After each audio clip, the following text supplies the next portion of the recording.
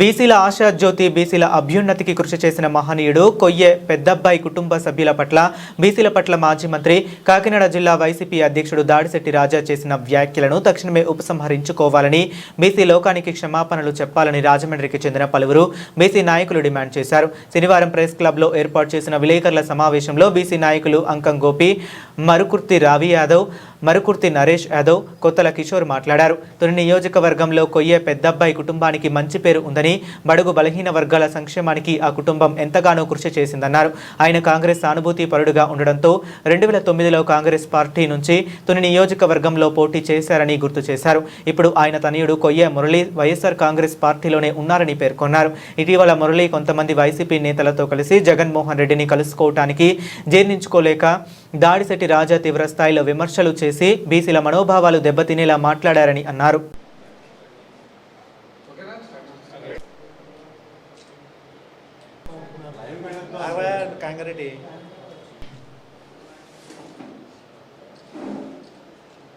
హృదయపూర్వక ధన్యవాదాలు తెలియజేస్తూ 12 లక్షల ఓట్ బ్యాంక్ ఉన్నటువంటి బీసీ కులాలకి ఒక్క సీటు కూడా ఏ రాజకీయ పార్టీ కూడా ఎమ్మెల్యేగా చేసిన పరిస్థితి లేదు. ఎమ్మెల్యేగా చేసినటువంటి ఘనత, చరిత్ర ఏదైనా ఎవరికైనా ఉందంటే అది తెలుగుదేశం పార్టీకి ఉందన్న విషయం కూడా ఈ సందర్భంగా తెలియజేస్తా ఉన్నాం. తుని టౌన్ బీసీ అందరికీ చెప్పడం జరుగుతుంది. డిమాండ్తో పాటు రేపు రాబోయే ఎలక్షన్లో నియోజకవర్గాల్లో అత్యధికంగా ఉన్నటువంటి ప్రతిపాడు తుని, కాకినాడ టౌన్, కాకినాడ రూరల్ కూడా బీసీ. నువ్వు అది ఊహించుకో, ఒక కులంలో ఎప్పుడవో నువ్వు రెచ్చిపోతావు. ఇక్కడ జిల్లాలో కలిసారని చెప్పి నా ప్రమేయం లేకుండా సీఎం మొన్నటి రోజున తునిలో డిఎస్సి సమావేశానికి వెళ్ళి కాకినాడ జిల్లా వైఎస్ఆర్ కాంగ్రెస్ పార్టీ జిల్లా అధ్యక్షులు, తుని మాజీ శాసనసభ్యులు దాడిశెట్టి రాజా గారు బీసీని ఉద్దేశించి మాట్లాడినటువంటి విధానం మీద ఈరోజు మనంతా కూడా ఈరోజు ఇక్కడ పత్రికా సమావేశం పెట్టడం జరిగింది. కానీ మీరు మాట్లాడే విధానం మార్చుకోవాలి, మీరు చూసే విధానం మార్చుకోవాలి, బీసీల పట్ల మీరు తీసుకుంటున్న నిర్ణయాలు విధానం మార్చుకోవాలి. మీకు ఏం తెలుసా అని చెప్పి కొయ్య కుటుంబాన్ని మీరు అంత దారుణంగా అవమానించారు. తోలు తీస్తాను, నాలికి కోస్తాను అనే విషయాన్ని మాటలను వెనక్కి తీసుకోకపోతే కనుక రేపు చలో తునికి మేమంతా కూడా మద్దతు ఇవ్వబోతున్నాం అనే విషయాన్ని మీ అందరికీ తెలియజేస్తా ఉన్నాం. అంతేకాకుండా రేపు చలో తుని అయిపోయాక మీరు క్షమాపణ చెప్పకపోతే రేపు ఆగిపోతారు కూడా మీ భ్రమాన్న విషయాన్ని కూడా మరొకసారి మీరు అర్థం చేసుకోవాలి. ఇది రాష్ట్ర వ్యాప్తంగా బీసీ ఉద్యమంగా మారక ముందే మీరు మేల్కొని మీ రాజకీయ భవిష్యత్తుని నిలుపుకునే విధంగా మీరు చర్యలు తీసుకుని బీసీలకి న్యాయం చేసే విధంగా మీరు బీసీలందరికీ కూడా క్షమాపణ చెప్తారని చెప్పి మనస్ఫూర్తిగా ఆశిస్తూ, రాజులు యాదవుల జిమ్నాథ్ ఫ్యామిలీస్ అక్కడ వాళ్ళతో పెట్టుకుంటున్నాం. పంపంగా బీసీలు ఇవాళ అన్ని కమ్యూనిటీలు కూడా బీసీలు ఇవాళ ఎలము చోదరులు కానివ్వండి, చెట్టుపల్లి చోదరు, గౌడు చోదరులు కానివ్వండి, ఉప్పర్ల కానివ్వండి, అనేక కులాలు బాధపడుతున్నారు. నీకు ప్రతి త్వరలో మునబడి మీ సీఎంకో కూడా తెలియవచ్చు. మీ సీఎం మాజీ సీఎం చెప్పిన నీ లెక్కలు ఏంటంటే నువ్వు రాజకీయ స్థానం పెడుతున్నావు. నిన్ను నీలాంటి వాళ్ళు చాలా మంది చూడడం జరిగింది. నా 45 సంవత్సరాల్లో నీలాంటి ఒత్తాలను చూస్తున్నాం.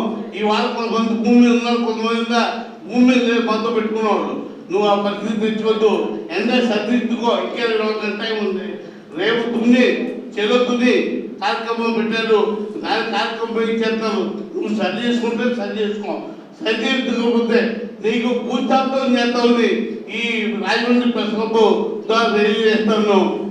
కాబట్టి ఇప్పుడైనా నువ్వు సరి చేసుకో. ఈరోజు వైఎస్ఆర్సీపీ అధిష్టానాన్ని అడుగుతున్నాను సూటిగా, ఒక బీసీ నాయకుడి మీద దాడిశెట్టి రాజయ్య గారు మాట్లాడిన మాటలని వైఎస్ఆర్సీపీ అధిష్టానం పెద్దలందరూ కలవ చేసుకుని ఈ వ్యవహారాన్ని ఇక్కడితో చక్కబెట్టుకుంటే గౌరవంగా ఉంటుంది. లేదు అని అంటే ఈరోజు కాకినాడ జిల్లాలోనే ఉద్యమం స్టార్ట్ అయింది. ఇప్పుడు తూర్పుగోదావరి జిల్లాకు వస్తుంది. ఇది ఉమ్మడి తూర్పుగోదావరి జిల్లా అంతా పాకి రేపు 23వ తారీఖు చలో తుని కార్యక్రమం మీద జిల్లాలో ఉన్న బీసీలందరూ కూడా దాడిశెట్టి రాజా గారి ఇంటికి వెళ్ళే కార్యక్రమం శ్రీకారం చుట్టారు. మేము కూడా రాజమండ్రి నుంచి ఒక 56 కార్ల మీద రేపు ఉదయం బయలుదేరుతున్నాం.